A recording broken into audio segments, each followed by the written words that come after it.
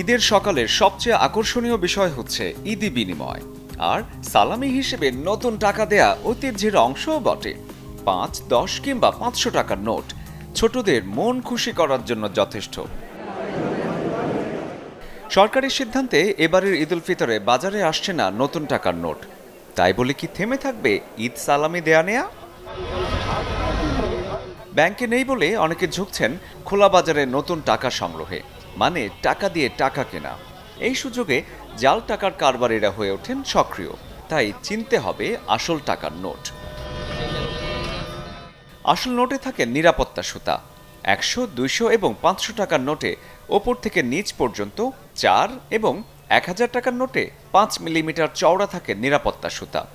নোটগুলো নাড়াচাড়া করলেই হলোগ্রাফিক ইমেজ চকচক করবে। নকল টাকায় যা অসম্ভব। ১০০, ৫০০ ও ১০০০ টাকার আসল নোটে চোখে পড়বে লুকানো ছাপার অক্ষর।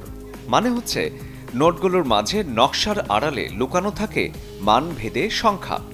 নোট একটু কাত করলেই সংখ্যার উপস্থিতি বোঝা যায়।